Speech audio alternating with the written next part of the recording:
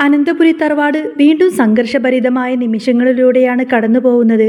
നയനയുടെയും ദേവയാനിയുടെയും സന്തോഷങ്ങൾക്കുമേൽ കരിനിഴൽ വീഴ്ത്താൻ ജലജയും നവ്യയും തക്കം പാർത്തു നിൽക്കുന്ന കാഴ്ചയാണ് എപ്പിസോഡിൽ തുടക്കം തന്നെ നമ്മൾ കാണാൻ പോകുന്നത്. നയനയോടും ദേവയാനിയോടും തോന്നിയ കടുത്ത അസൂയ ജലജയെ കൊണ്ടെത്തിക്കുന്നത് ക്രൂരമായ ഒരു തീരുമാനത്തിലേക്കാണ്. നയനയുടെ വയറ്റിലുള്ള കുഞ്ഞിനെ ഇല്ലാതാക്കാനും അതുവഴി അനന്തപുരിയുടെ അനന്തരാവകാശിയായി ആദർശിന്റെയും നയനയുടെയും കുഞ്ഞു വരുന്നത് തടയാനും ജലജ പദ്ധതിയിടുന്നു. അങ്ങനെയുള്ള സൂപ്പർ ത്രില്ലിംഗ് എപ്പിസോഡ് റിവ്യൂ ആട്ടോ പറയുന്നത്. അപ്പോൾ വീഡിയോയിലേക്ക് പോകുന്നതിന് മുൻപായിട്ട് തന്നെ നമ്മുടെ ഈ ഒരു വീഡിയോ നിങ്ങൾക്ക് ഇഷ്ടമാണെങ്കിൽ ഒരു ലൈക്കും ഹൈപ്പും തന്ന് സപ്പോർട്ട് ചെയ്യണേ. ദേവയാനിയും നയനയും ജാനകിയും എല്ലാവരും തന്നെ കിച്ചണിലുണ്ട്. നയന വീട്ടിലേക്ക് തിരിച്ചെത്തിയതിൻ്റെ സന്തോഷം പങ്കുവെക്കുകയാണ് ദേവയാനി. നയനമോള് കുറച്ച് ദിവസം ഇവിടെ ഇല്ലാതിരുന്നപ്പോൾ എന്ത് വിഷമമായിരുന്നു എന്നറിയാം എല്ലാവർക്കും.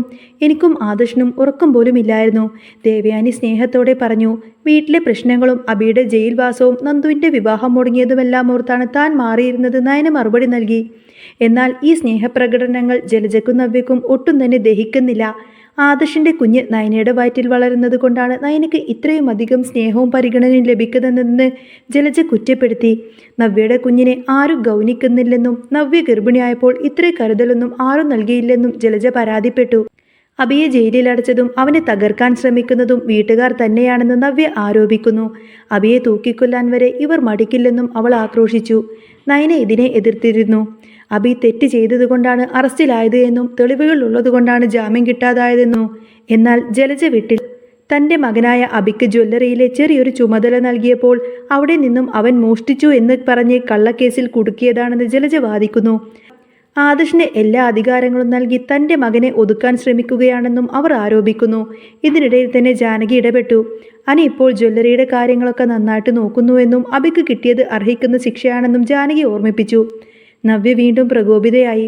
അബിയെ ഈ നിലയിൽ എത്തിച്ചത് വീട്ടുകാരുടെ അവഗണനയാണെന്ന് അവൾ പറഞ്ഞു. എന്നാൽ ദേവയാനി ഈ സംസാരം അവസാനിപ്പിക്കാൻ ആവശ്യപ്പെടുന്നു. അച്ഛനും അമ്മയും ഇത് കേട്ട് വിഷമിപ്പിക്കരുത് എന്ന് പറഞ്ഞ് നയനെ ഭക്ഷണം കഴിക്കാൻ കൊണ്ടുപോയി. ഗർഭിണിയായ നയന സമയത്തിന് ഭക്ഷണം കഴിക്കേണ്ടതിൻ്റെ ആവശ്യകത ദേവയാനി ഓർമ്മിപ്പിക്കുന്നുണ്ട്. ഇത് കണ്ട് അസൂയയോടെ നിൽക്കുന്ന ജലജയെയും നവ്യയെയും പിന്നിലാക്കി അവർ പോയി. നയനയോടുള്ള വീട്ടുകാരുടെ കരുതൽ കണ്ട് സഹിക്കാനാവാതെ നവ്യ അബിയെ കാണാൻ ജയിലിലേക്ക് പോകുന്നു. നയനയും അബിയെ കാണാൻ ആഗ്രഹിക്കുന്നുണ്ട് എങ്കിലും ജലജ നവ്യയെ ഒറ്റയ്ക്ക് പറഞ്ഞയക്കുകയായിരുന്നു. ജയിലിലെത്തിയ നവ്യ ആദ്യം കാണുന്നത് നന്ദുവിനെയാണ്. എന്തിനാണ് വന്നതെന്ന് നന്ദു ചോദിക്കുമ്പോൾ തൻ്റെ കുഞ്ഞിൻ്റെ അച്ഛനെ കാണാൻ വന്നതാണെന്ന് നവ്യ മറുപടി നൽകും. വെറുതെ പ്രശ്നമുണ്ടാക്കരുതെന്ന് നന്ദു പറയുമ്പോൾ നവ്യ നന്ദുവിനെതിരെ തിരിയുന്നു. അനിയുടെ ഭാര്യയായിട്ട് അനന്തപുരി തറവാട്ടിലേക്ക് കയറി കൂടാനാണ് നന്ദു ശ്രമിക്കുന്നത് എന്നും അതിനു വേണ്ടിയിട്ടാണ് അബിയെ കുടുക്കിയത് എന്നും നവ്യ ആരോപിച്ചു. നന്ദുവിനെ ഒരിക്കലും അനന്തപുരിയിലെ മരുമകളാക്കാൻ താൻ സമ്മതിക്കില്ലെന്ന് നവ്യ വെല്ലുവിളിക്കുന്നു. തുടർന്ന് നവ്യ അബിയെ കാണാൻ പോയി. ജയിൽ വേഷത്തിൽ അബിയെ കാണുമ്പോൾ നവ്യക്ക് കൂടുതൽ സങ്കടം വന്നു. എന്നാൽ അബി വളരെ തന്ത്രപൂർവ്വം നവ്യയെ തൻ്റെ വരുതിയിലാക്കാൻ ശ്രമിക്കുകയായിരുന്നു. താൻ നിരപരാധിയാണ് എന്നും നവ്യയും നയനയും ആദർശം ചേർന്ന് കട്ടിച്ചമച്ച കഥകളാണ്, കള്ളത്തെളിവുകളാണ് തനിക്കെതിരെ ഉപയോഗിച്ചത് എന്നും അബി നുണ പറയുന്നു. നന്ദു അനിയുടെ ഭാര്യയായി വരാൻ ആഗ്രഹിക്കുന്നുണ്ടെന്നും അതിനൊക്കെ ആദർശം നയനയെ കൂട്ടുനിൽക്കുകയാണെന്നും അബി നവ്യയെ വിശ്വസിപ്പിച്ചു. നന്ദു അനന്തപുരിയിൽ വന്നാൽ ചേച്ചിയായ നവ്യയുടെ സ്ഥാനം തെറിക്കുമെന്നും പിന്നീട് ഒരിക്കലും നവ്യയ്ക്ക് അവിടെ നിൽക്കാനാവില്ലെന്നും അബി പറഞ്ഞ് ഭയപ്പെടുത്തുന്നു. അബിയുടെ വാക്കുകൾ നവ്യ പൂർണ്ണമായിട്ടും വിശ്വസിച്ചു.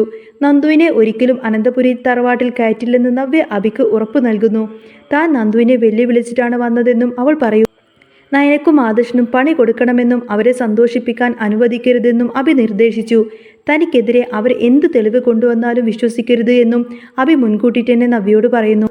ഇതെല്ലാം സമ്മതിച്ച് നവ്യ തലയാട്ടി. പ്രതികാര ബുദ്ധിയോടെ നവ്യ അവിടെ നിന്നും ഇറങ്ങി. പോകുന്ന വഴി നന്ദുവിനോട് നീ ഇതിനൊക്കെ അനുഭവിക്കുമെന്നൊക്കെ പറഞ്ഞ ഭീഷണി സ്വരത്തിലായിരിക്കട്ടോ നവ്യ അവിടെ നിന്നും ഇറങ്ങിപ്പോകുന്നത്. വീട്ടിലേക്ക് തിരിച്ചെത്തിയ നവ്യയെ കാത്തിരിക്കുന്നത് മുത്തശ്ശനും മുത്തശ്ശിയുമാണ്. എവിടെ പോയതാണെന്ന ചോദ്യത്തിന് എൻ്റെ ഭർത്താവിനെ കാണാൻ പോയതാണെന്ന് നവ്യ ധിക്കാരത്തോടെ മറുപടി നൽകി.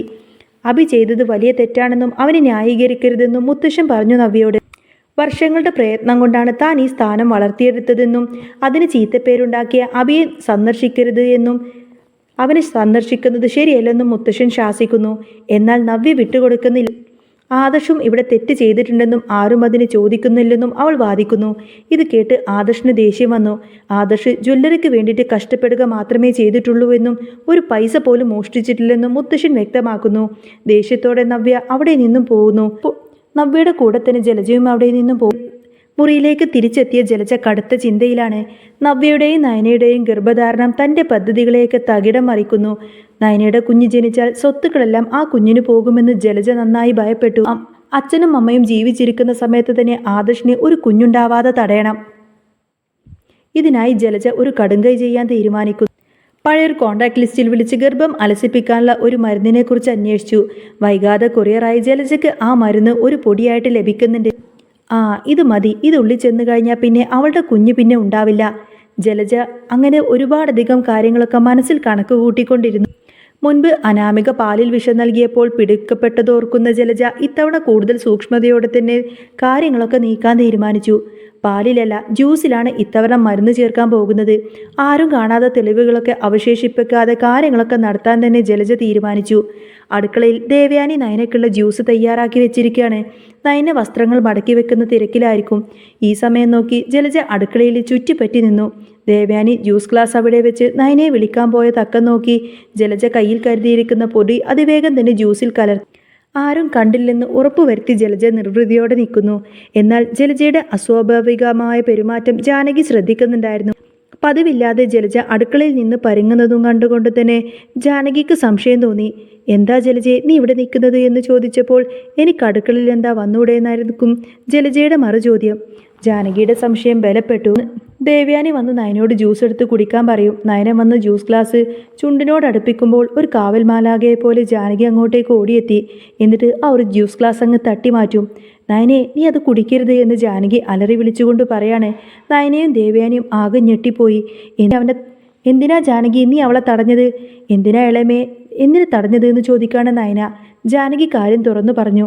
ജലജ കുറേ നേരമായി അടുക്കളയിൽ ഇങ്ങനെ പരങ്ങി നിൽക്കുന്നത് കണ്ടു.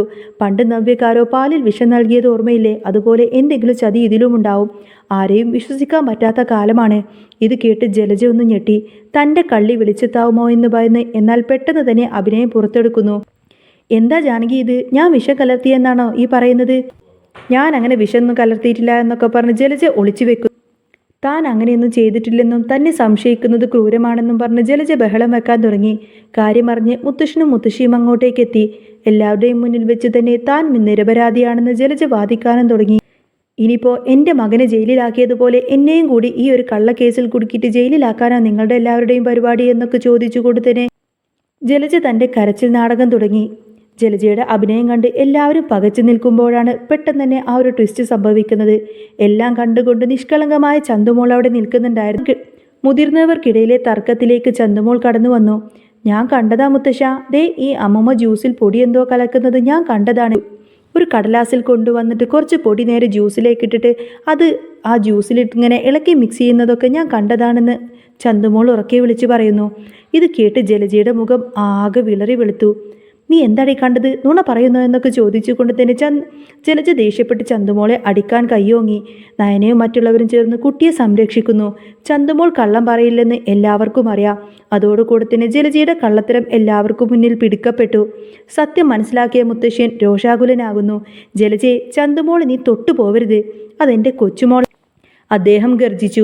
ആ കുഞ്ഞൊരിക്കലും നുണ പറയില്ല. നീ എന്താ കാണിച്ചതെന്ന് ഇതിൽ വ്യക്തമാണ്. ജ്യൂസിൽ വിഷം കലർത്തി നയനെ അപായപ്പെടുത്താനാണ് നീ ശ്രമിച്ചത്. ഇനി മേലാൽ ഇത്തരം പ്രവൃത്തികൾ എങ്ങാനും ഈ വീട്ടിൽ നടന്നു കഴിഞ്ഞാൽ പിന്നെ നിന്റെ സ്ഥാനം ഈ വീടിന് പുറത്തായിരിക്കും. നയനമോളെ ഉപദ്രവിക്കാൻ നീ ശ്രമിച്ചാൽ പിന്നെ അനന്തപുരി തറവാടിൻ്റെ പടി പോലും നീ ചവിട്ടില്ല. നിന്റെ മക്കളും ഈ പടി കയറിയില്ല. മുത്തശ്ശൻ അന്ത്യശാസനം പോലെ പറഞ്ഞു. അങ്ങനെ ജലജ ആകെ നാറി നാണം കെട്ട് മറുപടി പോലുമില്ലാതെ ആകെ വിഷമത്തോടെ ഇങ്ങനെ തല കുനിച്ച് നിൽക്കുന്നതും കാണിച്ചുകൊണ്ടാണ് കേട്ടോ ഇന്നത്തെ ഈ ഒരു എപ്പിസോഡ് പൂർണ്ണമാവുന്നത്. അപ്പോൾ നിങ്ങൾക്ക് ഈ ഒരു ചാനൽ ഇഷ്ടമാവുകയാണെങ്കിൽ സബ്സ്ക്രൈബ് ചെയ്യാനും സപ്പോർട്ട് ചെയ്യാനും മറക്കല്ലേ. പിന്നെ വീഡിയോ ഇഷ്ടമാവുകയാണെങ്കിൽ ഒരു ലൈക്കും ഹൈപ്പും തന്ന് സപ്പോർട്ട് ചെയ്യണേ കേട്ടോ.